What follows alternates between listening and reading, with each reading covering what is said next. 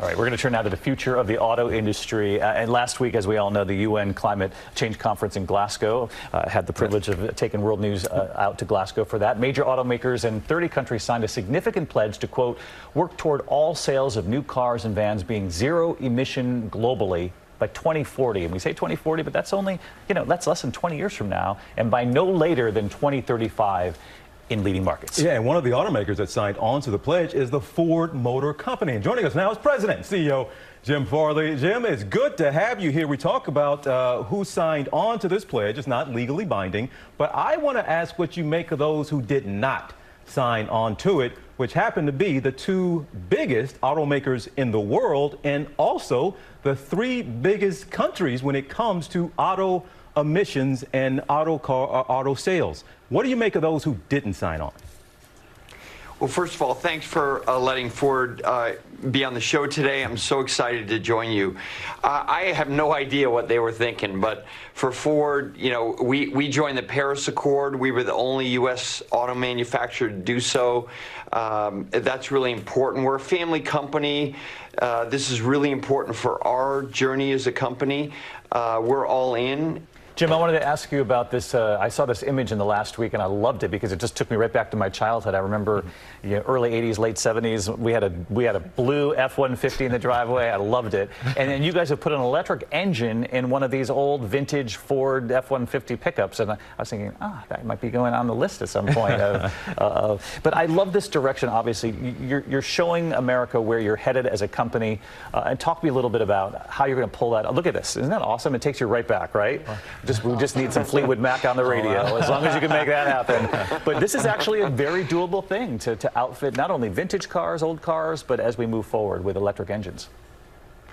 Well, what's so exciting for us at Ford, has made the #1 most popular vehicle in this country for over 40 years. The F-150, and we're also the #1 auto employer in the U.S. Other companies are bigger, but we employ more people in the U.S. than anyone in our industry. And so what is cooler than taking electric powertrain and a digital product to the best-selling vehicle, which is the F-150. So just a mile from here is where my grandfather worked in 1930, is the Rouge complex, and we've already converted to make F-150 electrics there. The president visited. We're just building our final prototypes. We'll be going on sale in a couple months. We have 160,000 orders already, so we're completely oversold. And what's cool about the vehicle is you can power your house for 4 days if you lose power with your F-150. So we're trying to bring not just electric propulsion, but we're also trying to bring new capability like a backup generator for a job site or your home, so that people find electric more interesting. And one last question for you. We're partial to Made in America. We've been doing it for years on the evening news, so we love reporting on Ford and the other automakers. I know globally, though, and you have huge sales globally, you want to be all electric globally, or 50% as you head in that direction, 50% by 2030, which, again, is less than 10 years from now. Give us a sense of how many people around the world are buying electric already. It's moving much faster around the world than in the U.S. We have to catch up. In China now, it's about 10% of all sales. In Europe, it's 25 or 30 if you include plug-in hybrids. So, the U.S. is still 2 or 3%, but in places like California, Florida, New York, it's going much faster than that. It's higher. It's growing really fast.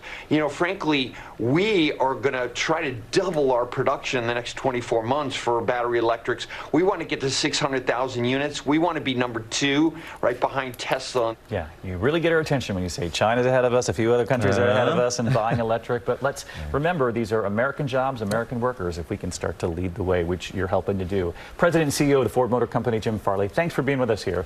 That was a great conversation. Thank you so much.